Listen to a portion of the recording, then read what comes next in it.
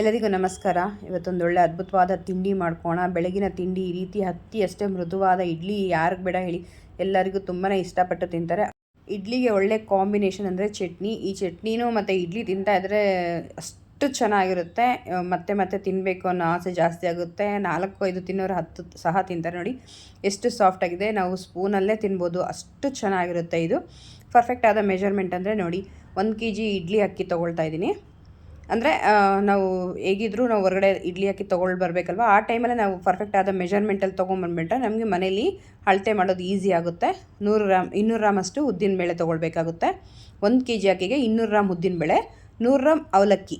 ಇದು ಪರ್ಫೆಕ್ಟ್ ಆದ ಮೆಜರ್ಮೆಂಟ್. ಈ ಮೆಜರ್ಮೆಂಟಲ್ಲಿ ನಾವು ಈ ರೀತಿ ತೊಗೊಂಡು ಬಂದಿರೋದನ್ನ ಒಂದು 3-4 ಸಲ ತೊಳೆದು ನೀಟಾಗಿ ಈ ರೀತಿ ಒಂದು 4-5 ಅವರ್ ನೆನೆಸ್ಕೊಂಡು ರುಬ್ಕೊಂಡ್ರೆ ಆಯಿತು. ನಾನಿಲ್ಲಿ ರುಬ್ಕೊಳ್ಳೋಕ್ಕೆ ಮಿಷಿನ್ಗೆ ಕೊಟ್ಬಿಡ್ತೀನಿ.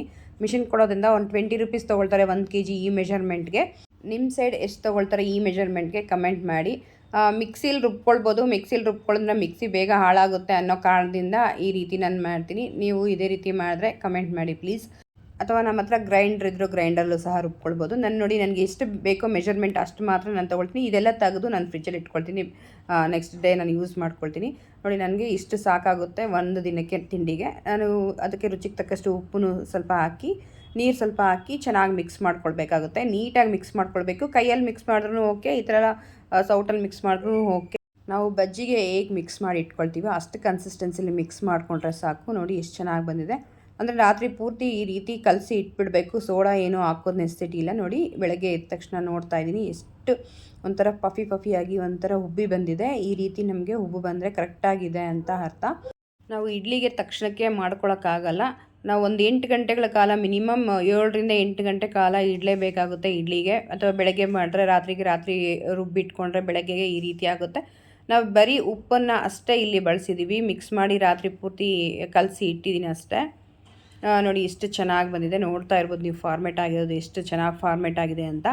ಸಪೋಸ್ ಇನ್ ಕೇಸ್ ನಿಮ್ಮ ಮನೇಲಿ ಚಳಿಗಾಲ ಆ ಥರ ಇದ್ದಾಗ ಫಾರ್ಮೇಟ್ ಆಗಿಲ್ಲ ಅಂದರೆ ಒಂದು ಚಿಟಿಕೆ ಸೋಡಾ ನಾವನ್ನ ಆವಾಗ ಬಳಸ್ಬೋದು, ಏನೂ ಆಗಲ್ಲ. ಸೋಡಾ ಬಳಸಿದ್ರೂ ವೈಟಾಗೇ ಇರುತ್ತೆ, ಕಲರ್ ಎಲ್ಲೂ ಚೇಂಜಸ್ಸು ಸಹ ಆಗಲ್ಲ. ನೋಡಿ, ಒಂದು ಪ್ಲೇಟ್ಸ್ಗೆ ನೀಟಾಗಿ ಎಣ್ಣೆ ಗ್ರೀಸ್ ಮಾಡ್ಕೊಳ್ಳೋಣ. ಪ್ರತಿಯೊಂದು ಪ್ಲೇಟ್ಗೂ ಎಣ್ಣೆ ಗ್ರೀಸ್ ಮಾಡ್ಕೊಳ್ಬೇಕು. ಎಣ್ಣೆ ಇಷ್ಟ ಇರೋರು ಹಾಕ್ಕೊಳ್ಳಿ, ಇಲ್ಲಾಂದರೆ ತುಪ್ಪನೂ ಸಹ ಬಳಸ್ಕೊಂಡು ಮಾಡ್ಕೊಳ್ಬೋದು, ಅಷ್ಟೇ ಚೆನ್ನಾಗಿರುತ್ತೆ. ಇಡ್ಲಿ ಪಾತ್ರೆಗೆ ನೀರು ಹಾಕಬೇಕು ಅಂದರೆ ಪ್ಲೇಟ್ಗನ ಕೆಳಗಡೆ ಹಾಕ್ಕೊಳ್ಬೇಕು. ಅಷ್ಟು ಕನ್ಸಿಸ್ಟೆನ್ಸಲ್ಲಿ ನೀರು ಹಾಕ್ಕೊಳ್ಳಿ. ನೋಡಿ, ಇಡ್ಲಿ ಪಾತ್ರೆಗೆ ನೀರು ಹಾಕಿ ಅಲ್ಲಿ ಕಾಯೋದಕ್ಕೆ ಇಟ್ಟಿದ್ದೀನಿ. ಇಲ್ಲಿ ಇಡ್ಲಿ ಬ್ಯಾಟರ್ನ ನಾನು ಪ್ಲೇಟ್ಗೆ ಹಾಕ್ಕೊಳ್ತಾ ಇದ್ದೀನಿ. ನೋಡಿ, ಪ್ರತಿಯೊಂದಕ್ಕೂ ಇದೇ ರೀತಿ ನೀವು ಹಾಕ್ಕೊಳ್ಳಿ.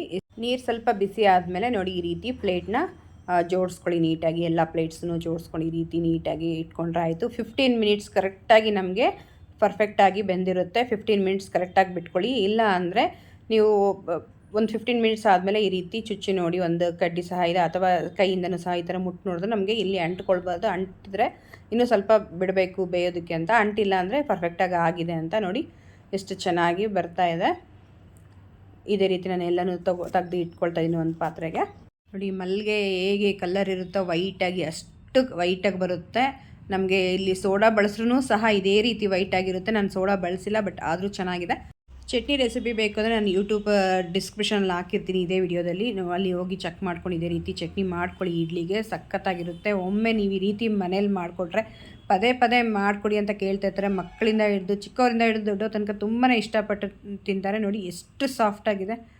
ಇಷ್ಟು ಸಾಫ್ಟಾದ ಇಡ್ಲಿ ಮನೇಲೇ ಮಾಡಿಕೊಟ್ರೆ ಹೋಟ್ಲ್ ಅನ್ನೋದೇ ಮರ್ತು ಬಿಡ್ತಾರೆ, ಅಷ್ಟು ಚೆನ್ನಾಗಿರುತ್ತೆ. ಕೆಲವೊಂದು ಹೋಟೆಲಲ್ಲಿ ನಾವು ನೋಡಿರ್ಬೋದು ಎಷ್ಟು ಸಾಫ್ಟಾಗಿರುತ್ತೆ. ಮಲ್ಲಿಗೆ ಇಡ್ಲಿ ಥರನೇ ಇರುತ್ತೆ. ಹೇಗೆ ಮಾಡ್ತಾರೆ ಅಂತ ಒಂದು ಡೌಟ್ ಇರುತ್ತಲ್ವ. ಸೊ ಅವರು ಸಹ ಇದೇ ಮೆಜರ್ಮೆಂಟಲ್ಲಿ ಮಾಡ್ತಾರೆ.